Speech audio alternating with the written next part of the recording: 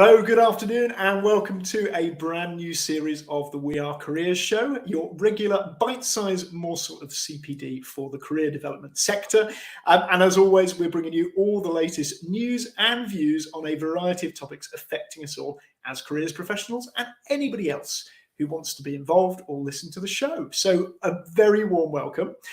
For those who've kind of not met me before, my name is Chris Webb. I'm a higher education careers professional and RCDP with the Career Development Institute.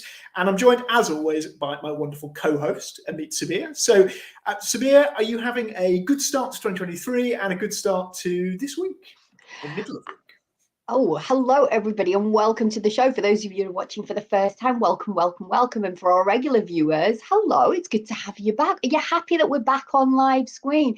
By the way, let us know, as Chris said, you know what, it's been a little bit of a bumpy start for 2023. I can't believe that we're already at the end of January already, and we're already sort of kind of planning for spring and summer already. So all good things. How about you guys that are watching currently live right now, whether you're watching on one of the streams on LinkedIn, Facebook, the Facebook community, or perhaps maybe on YouTube, wherever you're watching us, whether you're watching us live or you're watching us on the playback, let us know. Use the comments chat box feature, the chat box below, to let us know what kind of exciting things have you got coming up. What are you going to be developing? What career strategies, projects? We're really keen to hear. And as Chris mentioned, today we're going to be talking about what career-related issues are most affecting Gen Z. If you've got any questions, because we've got two really fabulous guests with us today that are going to kickstart off our 2023 series. And so watch this space. But I know before we get into who we've got with us today, we want to celebrate our hashtag careers cheers, right, Chris? So what are we celebrating this week? Yeah, absolutely. So, it's kind of been a bumper start to 2023. Lots and lots going on in the careers world already, which is really nice. And our first kind of careers cheers is a bit of a revisit of what we kind of ended on, I guess, or ended the year on at the end of our last series, which is just a bit of a plug or another plug for the Careers Impact hashtag. So, just as a reminder, this is a hashtag that's been created by the Career Development Institute, really to kind of get people sharing those inspirational stories of how you've supported clients or groups or organizations as part of your work. So we're looking at the Careers Impact hashtag. There's been lots of really good examples of it on LinkedIn, particularly, which you can check out. And just a reminder to kind of keep sharing those stories of Careers Impact moving forward.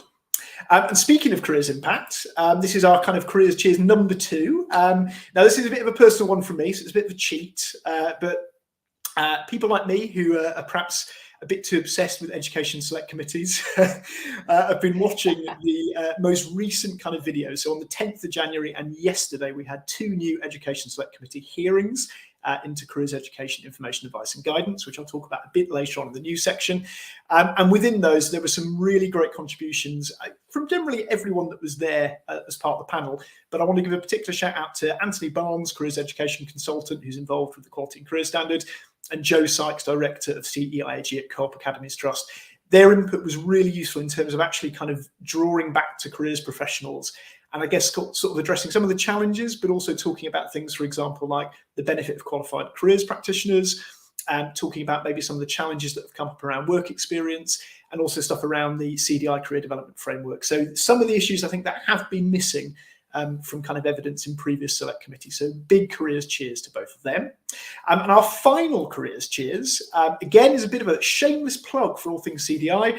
And it's just a reminder this week that we've got the EDI big conversation workshops taking place, looking at open, inclusive discussions on different aspects of diversity in the sector, and a big kind of careers cheers to all of the speakers and attendees who are going to be involved with those conversations on Thursday and Friday this week. So that is our kind of brief roundup of careers cheers, and back to you, Sabiha.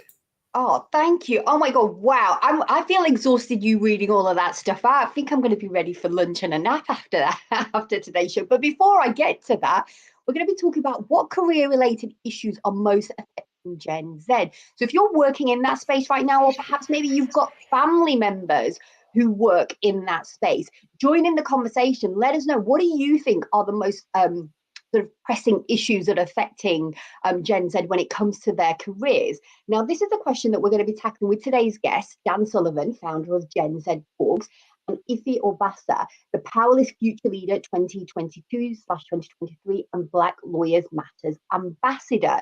So Ife, I want to come to you. Ife, I want to come to you first. For those people who don't know you, haven't maybe perhaps come across the work that you do, share with our viewers a little about who you are and the work that you do. Yeah, sure. So hello, everyone. My name is Ife Obasa. Lovely to be here and to be on this platform.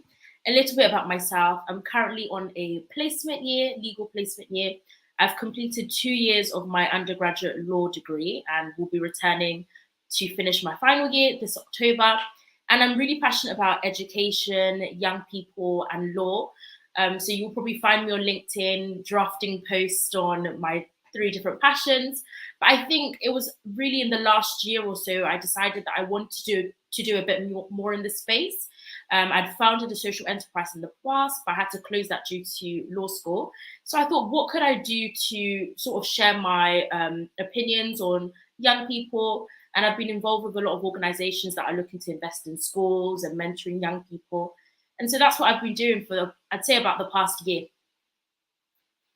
Wonderful. Oh, thank you for that. And if anyone's resonating with that already as well, I'm just going to bring in some of the chat before I bring Dan in.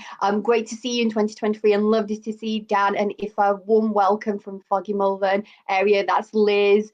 Yes, I can't believe Lisa LaRue is just saying, yes, can't believe January's almost over. I'm remote working from southern Sweden. Hello, Lisa. Great to have you joining us today right now and great to be here live. Fabulous. Hashtag and focus on Anthony and Joe. I've already got questions coming in. So before I even get to that question, Dan, okay, let's get you introduced and let's get you joining into the show. Jan, for those people who don't know you and the work that you do, share with us what it is that you're most passionate about when it comes to the career space. Sure. Hi, everyone. Nice to be here. Yeah, so my background was actually in law originally. So I worked 10 years in the legal sector. And whilst I was doing that, I was actually on various committees to help young people develop. So I always had the passion for the career development of young people, even when I was in law. Then I left law to do teaching in Vietnam, a couple of other places. And then I left teaching to join Education Development Trust, where I'm part of the West London Careers Hub. And I work with a number of schools in supporting them to make sure young people get the experience, guidance, and sort of support to make, the key decisions that they need to for looking at their futures and what jobs they want to go into, and making sure that they have the right skills, connections, and encounters. And in 2020, going back, I went a bit too fast. I actually launched a platform, a career development and networking platform called Gen Z Talks, which I'm still working on today.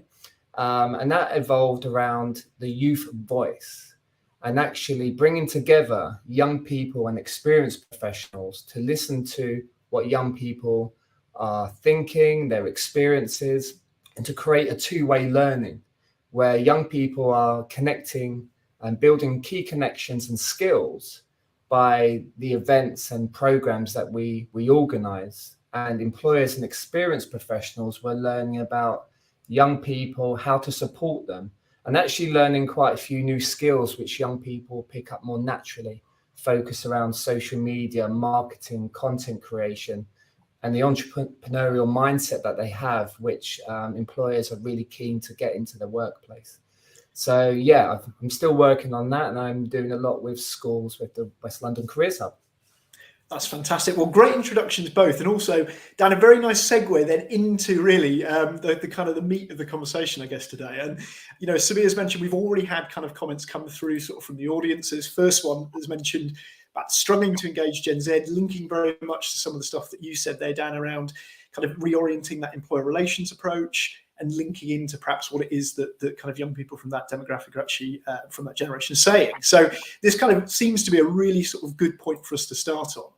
And I guess part of that is around, we always try to avoid this sort of generational generalization, I guess. There are a lot of articles out there talking about, millennials do this or Gen Z do this, and you're always wary to avoid those kind of stereotypes. But I guess a good place to start would be, what are some of those unique characteristics for career development, I guess, that are facing Gen Z specifically?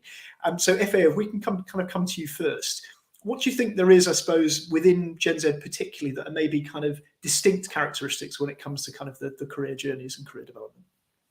I'd definitely say, I think the most unique aspect of Gen Z is that we were born into technology. So we were born into this sort of world where social media was around, and that's why I guess they call us the social media generation.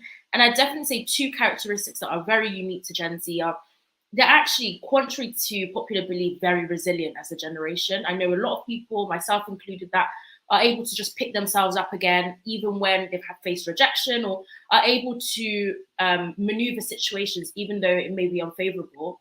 And I definitely say the second characteristic is they're forward thinking. I mean, there's so many young people now who have social enterprises or businesses and companies because they've seen maybe a gap in the market and they want to fill that gap. And so they've taken it upon themselves to start something. So I definitely say the two characteristics that are unique to Gen Z are they're very resilient and they're forward thinking as well, which pairs very well with innovation. And you mentioned there about sort of the kind of the social media generation aspect of that. And obviously from a careers professional perspective, we're seeing a lot more written, particularly about young people in that generation using things like TikTok, YouTube in order to kind of access careers advice. And naturally, I think that's, causing some concern about, where people get their advice from, what that looks like, how some of that's quality assured.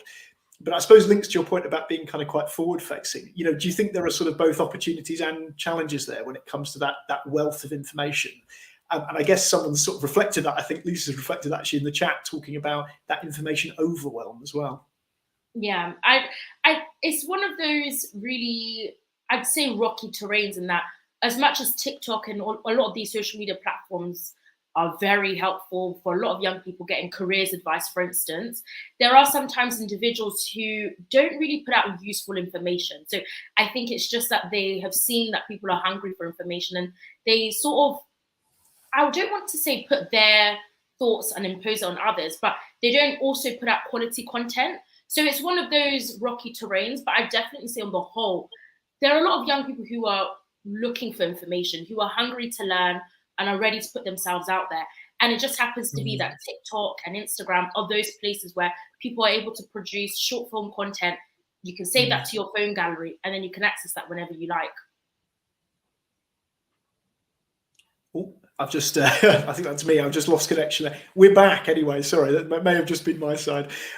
Thanks, everyone. That's really, really useful reflection. And Dan, if I can sort of bring you in here, I know that kind of connects a little bit to some of the stuff that you've talked about before, I suppose, in terms of access. So as Ife was saying there, the advantage, I guess, of social media and I guess of those media formats is you've got that kind of immediate or on-demand access. But I know you've talked before about a different type of access. So that access to employer opportunities, networking. And how is that different, I guess, for Gen Z than perhaps it might have been for previous generations?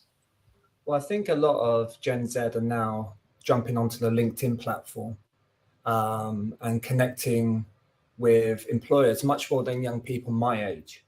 I know that platform's become really popular, especially during lockdown, where a lot of young people started communities, started their own businesses, and we're able to connect with people from their rooms on platforms like LinkedIn. And they're actually changing the tone. So they're making LinkedIn a bit more of a fun, engaging platform. And you're getting a lot of young, inspiring content leaders. And young people tend to be inspired by other young people where they can relate to them more, where it's more realistic. And you're getting people from diverse backgrounds who are inspiring others from diverse backgrounds and giving young people self-belief. So I think that's acted as a real great platform and removed barriers that were once there before, maybe, or more difficult to connect with people. But I think now as well, it's very important that young people, business networking groups change the kind of environment and make that more accessible for young people. And to actually encourage more young people than ever before to go and join the networking groups and be part of that community. because working from home and the virtual world that we live in, there's going to be some enormous challenges of young people and their career development, because they're not able, like I did when I was younger, to have on a Monday to Friday leaders around them, listening to what they're doing, being able to speak to them at any moment, knowing when they're off the phone. So I think that was, for me, a really good networking opportunity as well, because you meet some really and build up some really close relationships at the companies you're at, from seeing them face to face in person every day. So that's got to be carefully managed. I know, if you've kind of reflected on this sort of previously when we've talked about your own experience in terms of the, I guess, relationship building communication, that sort of professional communication side. How has that kind of been for you, I guess, particularly over sort of the last few years with COVID? And do you feel that's maybe been a slightly different challenge for Gen Z than, as Dan mentioned, perhaps previous generations have had to deal with? Yeah, I'd definitely say so. I mean, I finished A levels during COVID, and then we were thrust into this remote working and everything being online.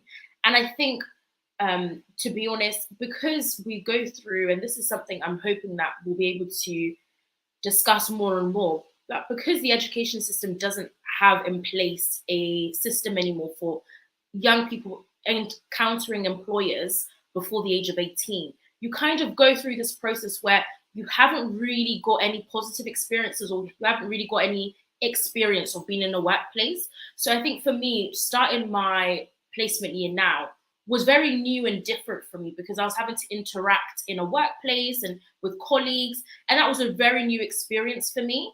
But I think for me, it wasn't as hard because I've had internships and prior experience in the past.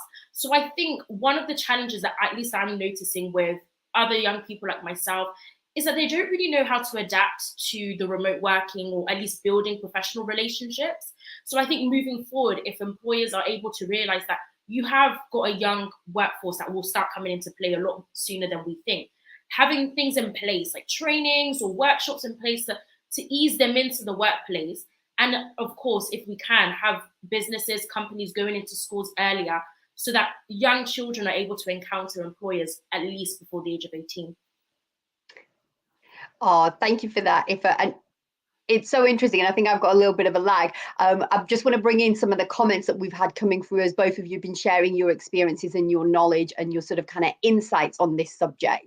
And I've just had someone, Alia Ibrahim, who said, you nailed it. So clearly, with the content that you're sharing today is really resonating with our audiences today. So Dan and Ifa, so thank you so much for that. I've also got somebody that's come in, Facebook user, that has said, hang on, let's go back. Let's see. Do you think companies maybe need educating in how to create that more authentic, inspirational content that would appeal to Gen Z? Thumbs up or thumbs down if you think that you think companies need to do more of that. Ifa and Dan, what do you think? Do you think the companies could do more in educating of creating that? Yep, definitely. See, we're getting thumbs up there.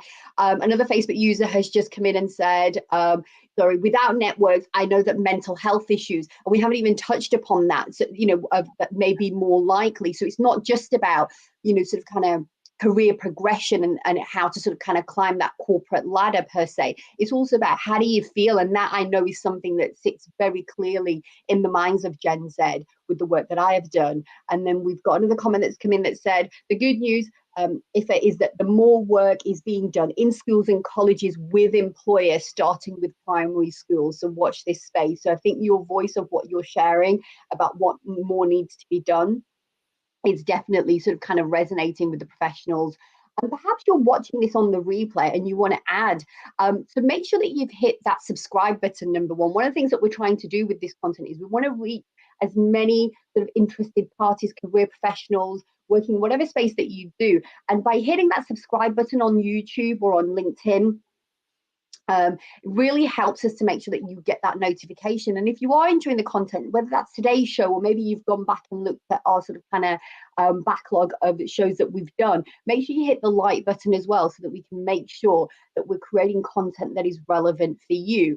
And so as we wrap up today's show, for our viewers watching who are keen to get better understanding of how they can support the career development of Gen Z clients, what would your recommendations be? And Dan, I'll come to you first. So, yeah, recommendations. Can you just repeat that question again, Sabiha? Yeah, of course I can. So it's all about wrapping it up and thinking about what would you suggest for those viewers that are watching right now, how they can sort of better support the development of Gen Z clients. Are there any tips, any tools, any additional resources that you'd recommend that career professionals can access and others who are supporting Gen Z with their career development? Yeah, I think my recommendation would be to make youth voice the center of activities, career activities, programs. And what I mean by that is young people are struggling with confidence and mental health, and sometimes self-belief about what skills they have. So why don't you turn it around and create a reverse mentoring kind of program where the young people's leading. You can understand young people more because they can lead the conversation, they can give you their perspectives, and at the same time they can learn back. So for me, creating that two-way value, that reverse mentoring, even in careers events, making the youth voice, a key part of that event to inspire young people to communicate, not just young people, but for the employers to actually understand what young people are thinking and what they're passionate, what they're motivated by. So actually giving young people a space to express their motivations, I think is really important, and reverse mentoring will go a long way in helping employers not understanding and also being able to give back as well at the same time, so they can build those key skills that young people are missing. Well, it's so interesting that you say that, because already people are sort of kind of Dan are jumping on that. I've got somebody here, a Facebook user, that's saying love that idea. So that's obviously really resonating. Then we've got one of our regulars. Hello, Leanne. Great to have you here again with us. She's talking about there's a great report co-written with a 19-year-old on careers, which again aligns with Dan what you are saying, and it's called An Agenda for Change, written by Lauren Roberts Turner. An Agenda for Change. Yeah, that's from the Facework organisation, just for anyone who's watching that at home. Some people may have read that already, but yeah, Facework is the organisation you want to check out. As Leanne's mentioned, really good report.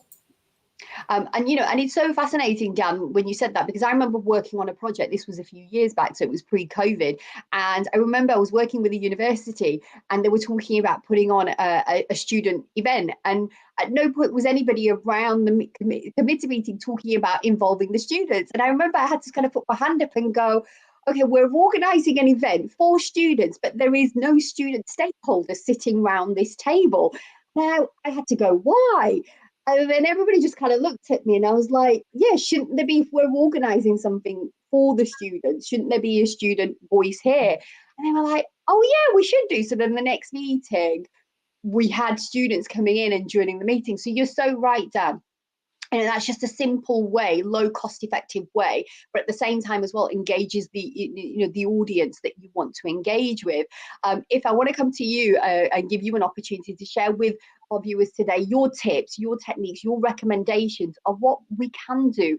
Dan's mentioned a very sort of kind of, in my opinion, a very low cost way of engaging with Gen Z about what it is that they want and the kind of support they want, rather than sort of kind of people who are perhaps, I'm a little bit older than Gen Z now. And so, my experience is not going to resonate. I grew up in a time where we didn't have TikTok. So what would you say? What are your recommendations and tips? I think two recommendations that I have. The first is I've been involved in a lot of focus groups. So I've had a company called 106 Communications, a great company, a marketing agency. There are a lot of companies that go to them and say, we want to change the way we are approaching our young workforce. How can we do this? And 106 Comms comes to me and says, we want to host a focus group. Would you like to be a part of it? We want to get your thoughts and feedback to the company. So I think a really effective way that companies can really engage with Gen Z or educate themselves is to host focus groups. That's also a very low cost way to go about that. Focus groups are fantastic in that you're getting actual opinions from your target audience. And it's also a way for them to learn and for us as well to explain and share our perspectives. And I'd say a second thing, or a second way that companies can get to know young people, Gen Z, would be to engage with companies that are, let's say, the middlemen. So I recently came into contact with one of the co-founders of Eric, and they're doing a great job trying to help companies that want to get to know Gen Z better. So I think that's another way that, go into companies that really their niche is Gen Z and understanding Gen Z, partnering with them and getting a few lessons on how you can target that audience better. I think those would be my recommendations. Fantastic. Thanks, Ife. And really kind of nice broad set recommendations from both of you there, which I think are really helpful. And from looking at the kind of comments, I think there's a lot of broad agreement there. Just going to bring in a couple of these before we sort of wrap up. Anna Marie Murray, thank you. Interesting, to hear other kind of people in the comment thread giving recommendations too. So that idea of kind of reducing barriers, we heard this in the Education Select Committee this week. How do we make work experience easier? How do we make the bureaucracy less? How do we reduce the logistics, particularly maybe in areas of the country where there are fewer opportunities? So it's really interesting to hear that kind of reflected here. Leanne Hambley, absolutely agreeing with both of you around kind of co-design. And Sabiha, your point there as well around kind of building in sort of students, young people as partners rather than it being sort of an afterthought. So yeah, really interesting to hear that reflected too.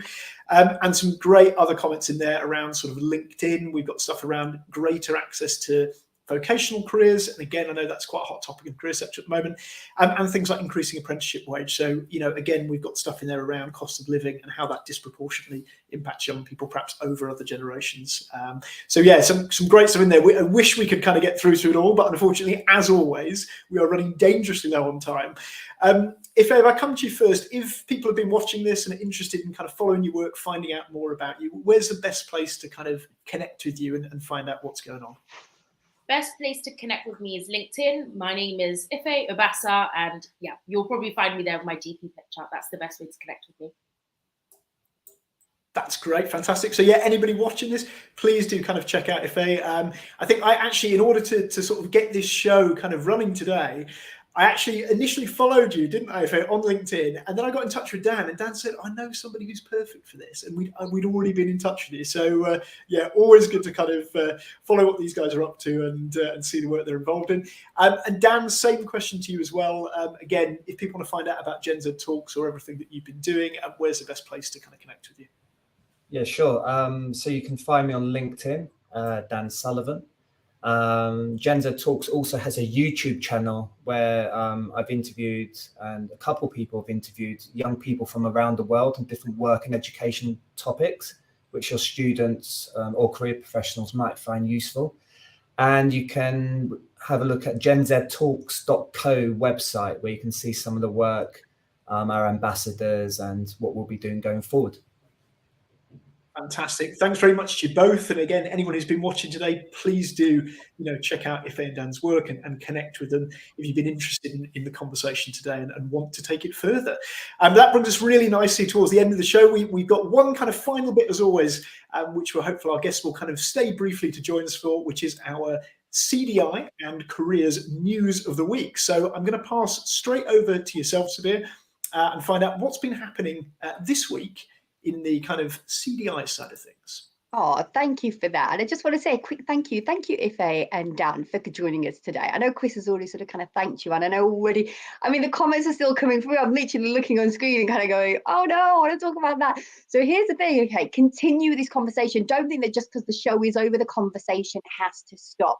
Remember, you connect with these guys, you connect with Chris and I. We are both proactive on LinkedIn as well. That's our preferred chosen platform as well. I know Chris loves a good Twitter run as well, so if those are the platforms, so connect with us, continue these conversations, because I firmly believe that collectively we can create such positive ripple impact for the clients that we serve. I know today's focus has been around Gen Z, but perhaps you're working in a different space.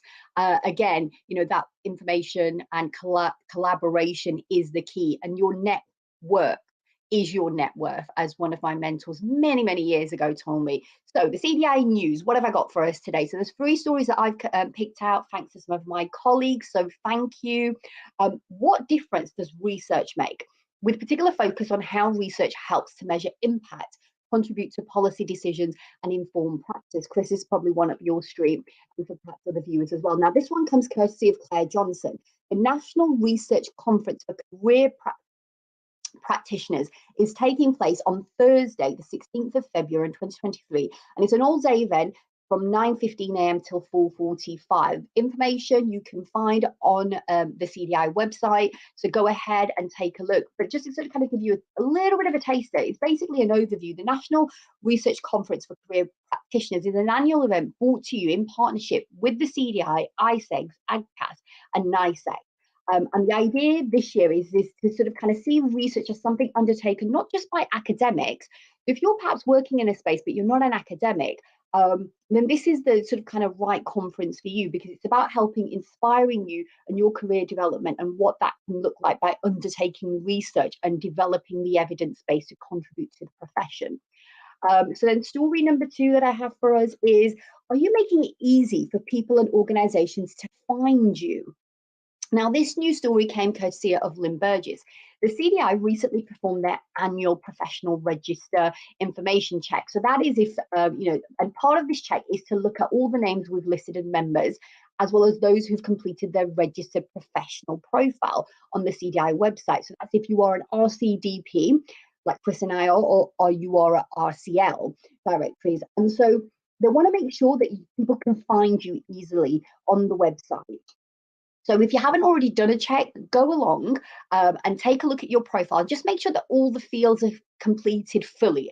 And for any reason, when you go in them and you test and you're trying to look for yourself and you can't find yourself, and all the complete fields have been completed, because that could be an issue there why people can't find you, send an email to Lynn Burgess at CDI and she will help you get that fixed. And then finally today, are you or someone you know doing exceptional work in the career space? If you are, or if you know someone else who is, you've got just 1 month to enter your awards nomination. Nominations for the UK Careers Development Awards will close in just 1 month's time on Wednesday, the 15th of February at 5 p.m.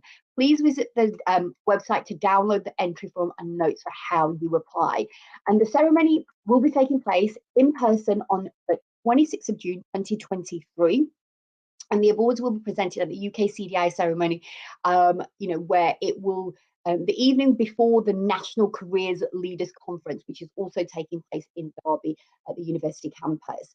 So that's it for me today. That's everything that I've got from the CDI. Chris, what have you got for us from the wider career space? Thanks, Sabiha. Yeah, it's so much going on, as you say, both kind of from the CDI perspective and more sort of generally in the career sphere. So lots to share, and just 3 kind of short news stories I just want to draw sort of people's attention to this week before we finish the show. The first I kind of alluded to earlier. So as we mentioned, there are now 2 hearings or new hearings from the Education Select Committee into CEIAG in England. One was on the 10th of January and one took place yesterday. There's quite a lot of broad themes in there. The one yesterday was more around kind of work experience and sort of employer role models. The one on the 10th was a little bit broader, also encompassed the new kind of newly funded primary careers programme. But there's lots and lots of stuff within there. So if you do get a chance to watch them, they're both available to watch back on Parliament TV. So do check those out if you haven't already. The second one is a nice article that's sort of come through from FE News, and anyone who follows kind of my weekly newsletter will know that we're doing a lot of chat at the moment in the career sector around ChatGPT, the AI software tool that's really, I suppose, kind of everywhere at the moment and has been used for all sorts of different things, from kind of generating cover letters and CVs to producing marketing plans, all sorts of things. It is, I think, fair to say something that no careers professional is going to be able to avoid in terms of talking about it, and really useful to consider how it might impact the work that we do moving forward. In fact, it was actually mentioned yesterday by Robert Peston in the Education Select Committee hearing. So we know that it's going to be something that careers professionals have to start thinking about. So if you haven't come across it yet, that article is a really nice place to start. And then finally, a nice little kind of more humorous news story to end with, a little bit more lighthearted. There's a nice article on BBC Work Life around the problem with inventing flashy new job titles. So this is looking at, for example, things like hype and culture specialist. So job titles invented purely for a specific individual at a specific company, and some of the kind of benefits and challenges that come with that. So, you know, about kind of perhaps giving staff more autonomy, but equally, how does that impact if you're then going for different jobs in the future? Really nice thing to consider, particularly if you're starting to see slightly different job titles pop up when working with clients, or just kind of generally in your own research. So 3 stories from me for this week. And that sort of not only ends the news section, but also ends our show for today. And all that really remains left to be said is join us again in 2 weeks' time. We are back on Wednesday, the 8th of February at the usual time of 12 o'clock, where we have the great David Andrews and Tristram Hooley joining us to talk about the latest version of the Careers Leader Handbook. So we really hope you can join us then. But in the meantime, hope you have a fantastic couple of weeks. Thanks so much for joining us for the show today. And yeah, we'll see you in a fortnight. Take care.